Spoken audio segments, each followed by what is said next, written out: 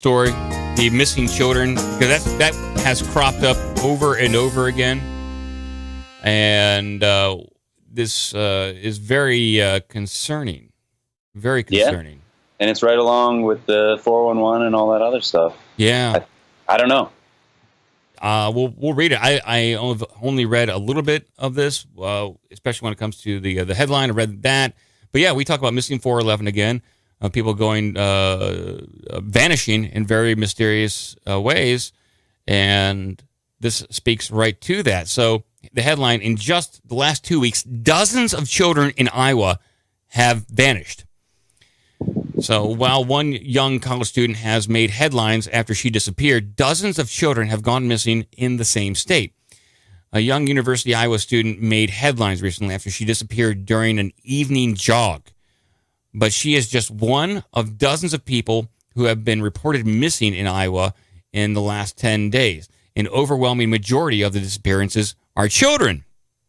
Molly Tibbetts, 20, has become the latest face of the missing persons database this week after she was last seen going for a jog near her boyfriend's house in the evening of July 18th, July 18th, and she seemingly vanished. Dozens of people have pitched in to help search for the college student, as she appeared to have no motive to flee, and her closest friends and family members have cooperated with police. It raises troubling questions about whether she was abducted.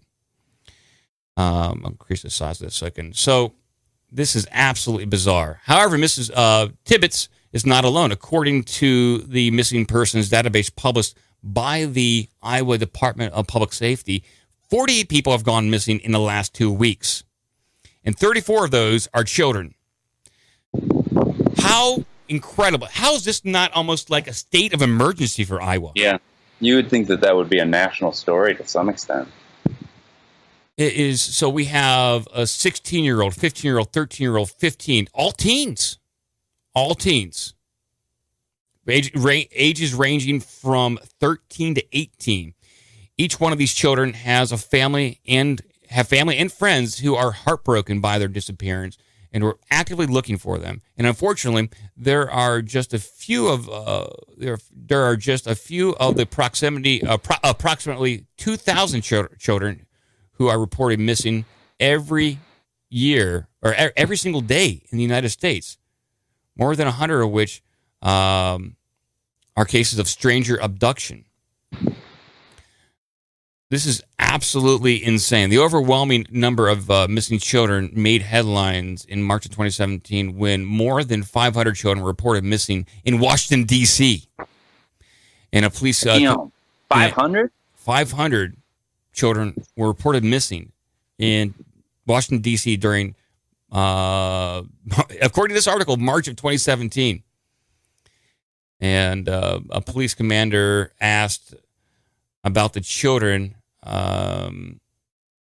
oh boy. So an overwhelming number of missing children made headlines in March 2017 when more than 500 children were reported missing in Washington, D.C. And a police commander who asked about what children in the area should do to avoid becoming victims of child trafficking. The police responded saying, stay home. It's as simple as that. How I need to dig into this even more. So there's a comment on YouTube from Kenneth Short saying, keeping it out of the news makes their community look better.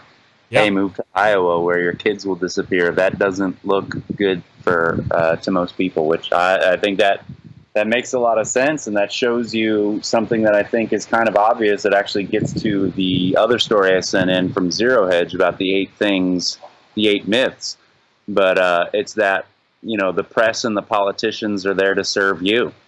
They're not. They're there to, it's like, well, you're going to be tax cattle. Come to Iowa. Screw your kids. Who cares? Doesn't matter if they disappear. We're not going to tell you about all that.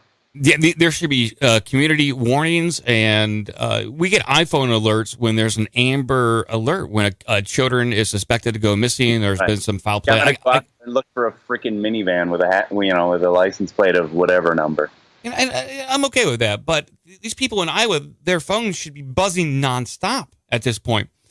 And I'll have to dig into this a little bit more and find out the circumstances of these children missing, whether or not if it's a hallmark of a missing 411 kind of scenario.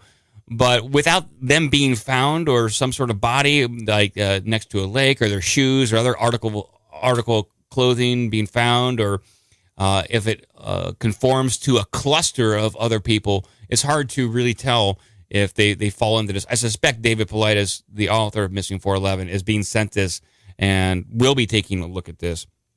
We'll be doing a Missing 411 show, I believe not next week, but the week after.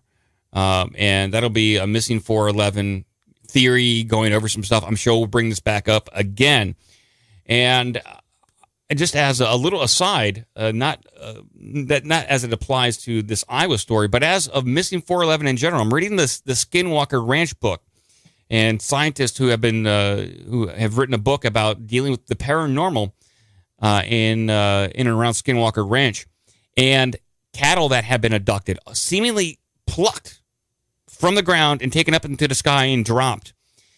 And these scientists in the book, I'm at a point where they are observing possible entities, large, almost like I would say almost predator-like creatures, where you can't really get a form out of them, but there are glowing eyes that almost will swoop down and be able to pick something up and then take that, whether it's a cattle or a dog, and just whisk it away within seconds.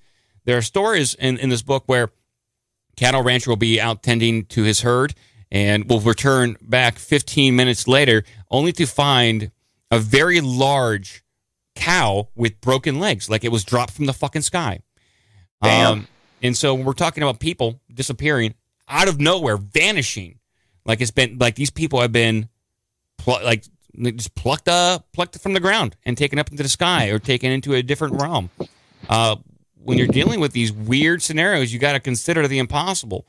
And it might be that you're just dealing with some sort of technology that we can't really articulate at this point. But we'll dig into that in a couple weeks during the Missing 411 live theory show. Why isn't this Iowa story like international news? Well, and the 500 children from D.C., I don't think I even remember hearing about that.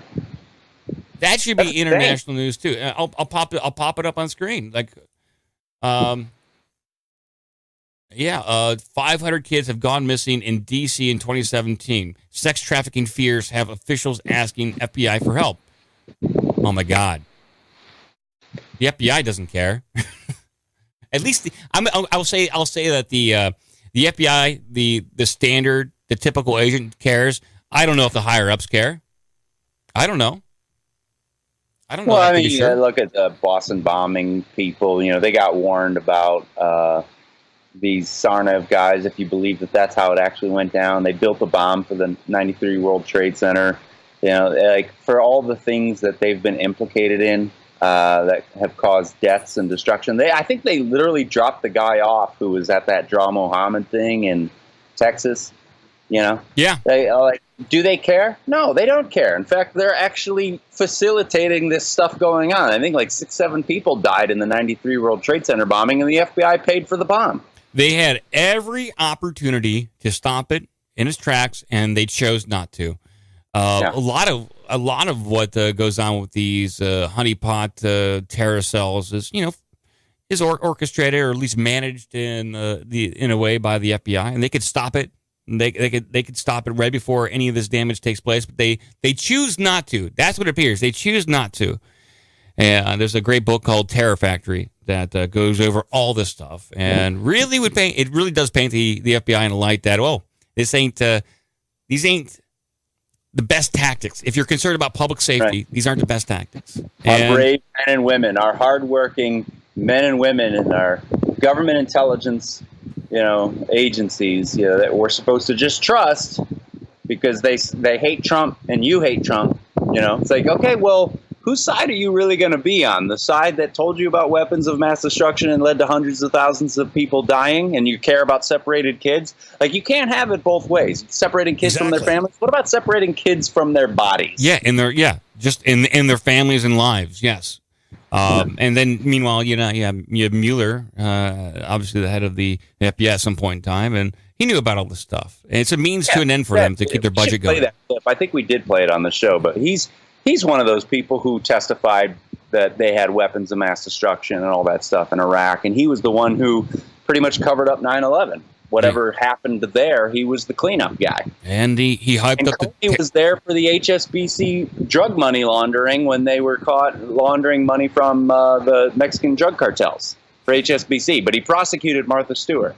It's weird. This is all connected. I know if you start saying if you're new to the conspiracy and political conspiracies, it sounds all convoluted, but it is all connected. They have a web of lies. Too. These people live long lives. I mean, so you got Rumsfeld shaking Saddam Hussein's hand because they're best buddies, and they give him a bunch of chemical weapons, which he ends up using on the Iranians, and that was cool because we didn't care. But then just the threat of him actually using them when he didn't even have them, that was enough for Donald Rumsfeld to say, well, let's go to war with this guy. It's like, well, wait a minute, dude. And then Osama bin Laden, same thing. New York Times article. It says, hey, this guy's great. We're going to use him to get Russia and everything in Afghanistan. And then, 20, 30 years later, here he is flying planes into buildings, if you believe all that. So it's like, does anybody have a memory longer than a week? No. Well, if they do, they willfully ignore it because it doesn't fit their own view of reality. 614-389-9109. I'd like to get one more caller before we get the hey out of here and before Joe takes a dip in that nice pool behind him there in Mesco. Right. I'm going to do it. Yeah. I'm looking at it right now, and I'm gonna dive right the hell in. It says no diving over there, but you know me, I'm an anarchist. I'm gonna dive right the hell in. He's gonna do it. Gonna do it. Yeah, he's gonna just make it happen. He's gonna go dip in that pool, and I'm jealous. I wish I had a pool to jump into in a very dangerous. Well, when you're way. down in Arizona, if you're still thinking about moving to Arizona, you should drive down to Austin. We'll go down to Mexico. It'll be fun. I'm in a city called Piedras Negras, and it's a little border town. It's not like, it's not like Cozumel or something fancy, with like tourist attractions. It's just a border town, but it's nice, and it's interesting. It's just across the border, the number of loose stray dogs on one side of the river versus the other is absolutely phenomenal. And this world's a beautiful, crazy place. It is. It's absolutely. It is. And I wish more people were actually sent to other countries so that when they were in the United States, especially Americans who are bitching about everything all the time, go to other countries and then come back. All right. Yeah. And then bitch. Well, some of the other articles you sent in, we'll have to get to on the next show, like American society would collapse if it weren't for these 8 myths. That's the one I was referencing, yeah. I'd like to go down the list on that one. And then we also have more Russians believe NASA's lunar missions were faked. And then the Dan Harmon of Rick and Morty follow-up weirdness.